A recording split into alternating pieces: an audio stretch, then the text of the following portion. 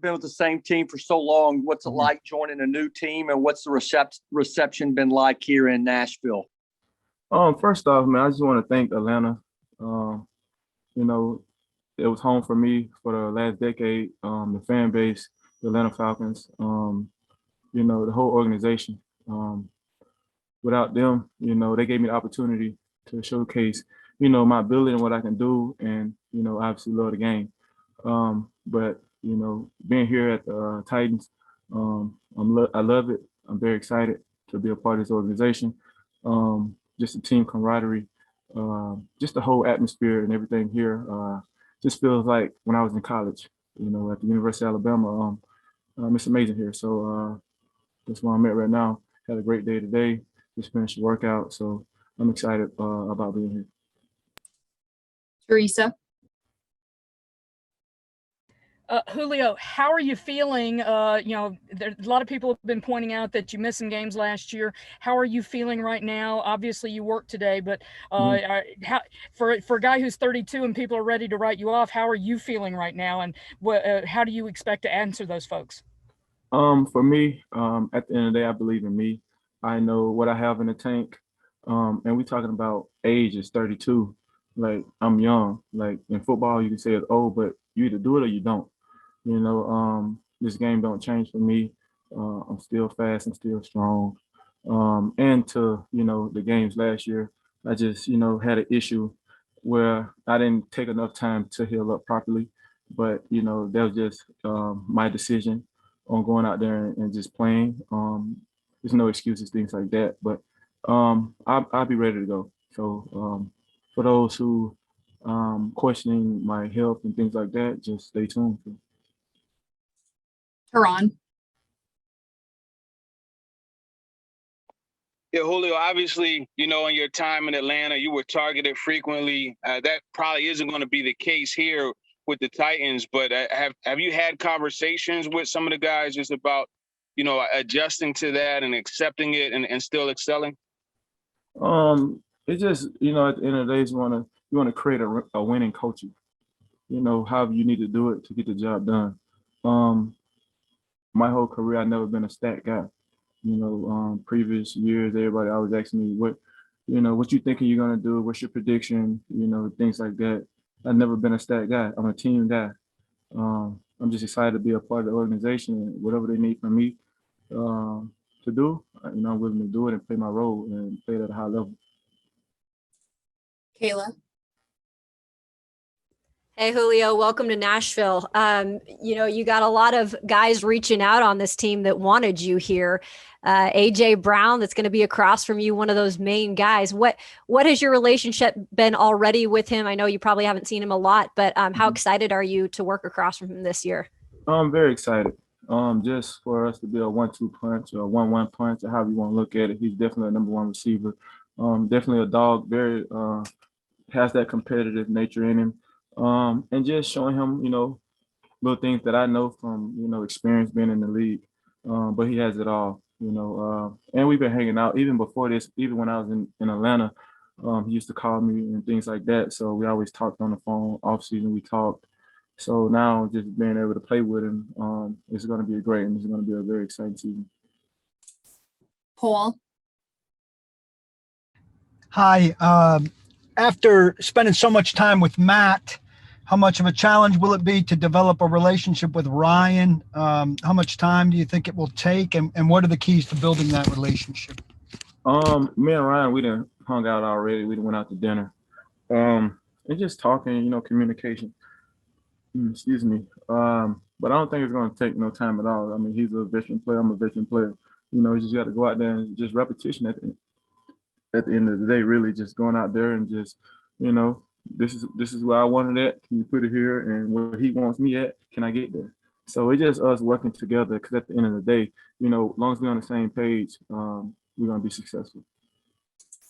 Joe Rexrode. Yeah, Julio, just wondering how much in terms of looking at this offense you've considered. You break, I can't hear you. Oh, you went out. Sorry. Has that helped? Can you hear me now? Yeah, I can hear you now. Okay, sorry.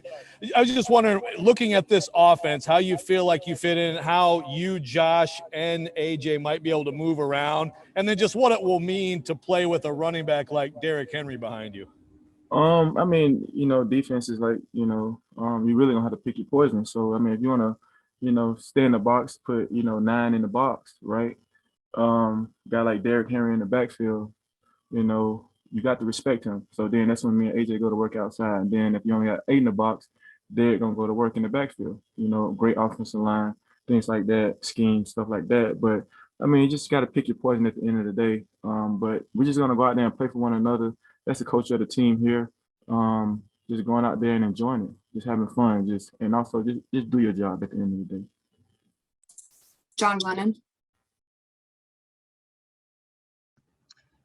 Hey, Julio, I wonder if you could talk just a little bit about maybe your decision, after a decade to move on from Atlanta, what went into that? And do you feel like you had any say-so at all in where you might wind up? Did you at least provide some input, or was it, did you just sit back and wait kind of? Like I said, at the end of the day, Atlanta was amazing to me. I'm, obviously with my new team now. I'm excited to be here. And that's that for us, that situation. So, I mean, I love it. Like the organization, the people there, my teammates, like I said, the fan base, everybody. I enjoyed my decade there. I'm on a new chapter in my life. This is where my focus at, and can't wait to get started. So, Ben Arthur. Hey, Julio, welcome to Nashville. You talked about AJ Brown earlier. I was wondering what you kind of made of his recruiting campaign, like the Instagram, like the screen recording, like the audio. He shared some kind of like audio file of, a message he sent you on Instagram and just, TikTok and all that. What did you kind of make of just how badly he wanted you? Obviously, you guys had a relationship, but just his efforts to want you. Right. It's just who he is. Just a great guy. And he's gonna be a great teammate as well. It just, his respect that he has for me. And just like I said in our previous conversations, even before, probably the trade came about and things like that, just us communicating, me helping him out. And now, just being under one roof, being on the same team with one another, is just like, probably a dream, what I'm saying? But what he don't know is that, I love to play with him as well. So it's definitely mutual in that sense. So like I said, it's gonna be exciting. We just gotta, put that work in first. So. Terry. Julio, when it became, I guess, clear that the Titans were a contender to get you, how much investigating did you do on your own, kind of about the organization and the team, and kind of do little fact-finding missions with guys maybe that you knew of around the league? Well, I didn't do too much. I just know guys anyways that's on the team. Like I said, like Derrick and AJ, right? And Terry Robisky was here, Harry Douglas was here, things like that. So just knowing about the organization then, but also it's just you have to be here to understand, the feeling here, as far as the fan base and the way they treat you, and it's unconditional about, just effort, just like you just feel like you can just go out there and just give your all, no matter what happens, they're gonna be behind you, right? Instead of just going out there and thinking, okay, if I make a mistake, I do this, I'm to blame or I'm shamed and things like that. It definitely had that college experience atmosphere here. So that's what I love about it as well. And just the culture of the team. Just a couple more for you, Julio. Diana Rossini. Hey, Julio, good to see you. Been a minute. Welcome to Tennessee. So you've done a really great job of explaining sort of what this has been like for you. Mm-hmm. But to go from Atlanta, where they do things different there, they have when you were there, to here where it's it's definitely a change for you. What is that like for you to go from Atlanta to now Nashville at 32? What has this been like? Can you give an example maybe where you realize, well, I'm not in Atlanta anymore? No, I mean at the end of the day, it's football, right? Like every game, it's just like game planning. Um, you got to play certain teams a certain way. You're gonna do things differently. So you got to just be ready on the fly at the end of the day, and that's you know, the whole gist of things of being a professional, being a veteran is not, you got to make the uncomfortable comfortable to you, and just different situations. Like, I feel like I can do any and everything. Whether if it's blocking, going out there and catching 10 or 12, balls or whatever, or catching 2 or 3 balls. At the end of the day, it's just going out there and just doing what you need to do to, for the team to be successful. So I don't look at it like, okay, well, my target's gonna go down or this is gonna go down. Like none of us knows how that's gonna work out. So it's just speculations and everybody just looking at, what they've done in the past and things like that. But who knows how people are gonna play us now? Who knows anything? So it's just like you just gotta be ready for everything. And for me, just being a professional at what I do is just to be ready for everything. And it's just as far as I study, working out, and just being ready to go. We have D. Orlando Ledbetter here from the Atlanta Media, who's going to ask 2 questions for you.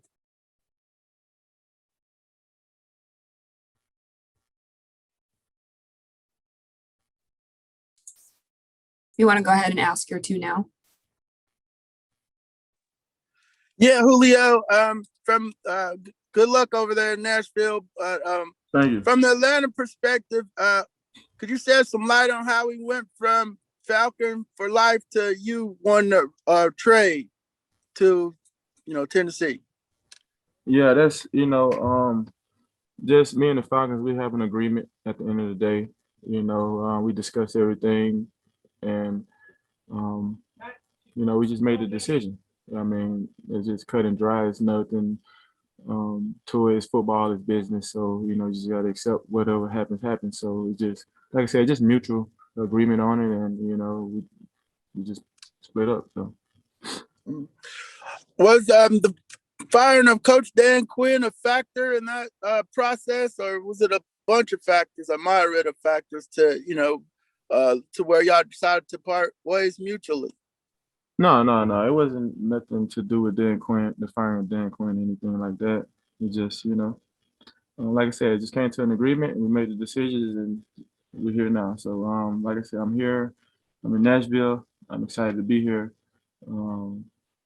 Expect big things from us, just by our effort and what we're gonna play the game. Thank you. Thank you. Last question for you. Is there any significance to jersey number 2?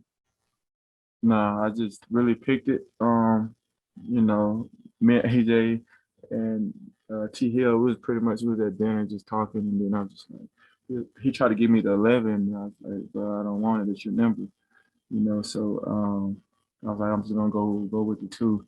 I don't know. I was just like, me, you, Derek, you're not, excluding Tannehill. He's 17. He's got, he's 17, right? But the 2, 1 plus 1 is 2. Then 2 and times 11 is 22. So it's kind of like, you don't have to deal with us. It's all 4 of us actually, but you don't have to deal with the whole offense. It takes all 11 guys, but it just some things just to keep the guys going and just have fun with it. Because at the end of the day, it's our job, but we want to have fun with it.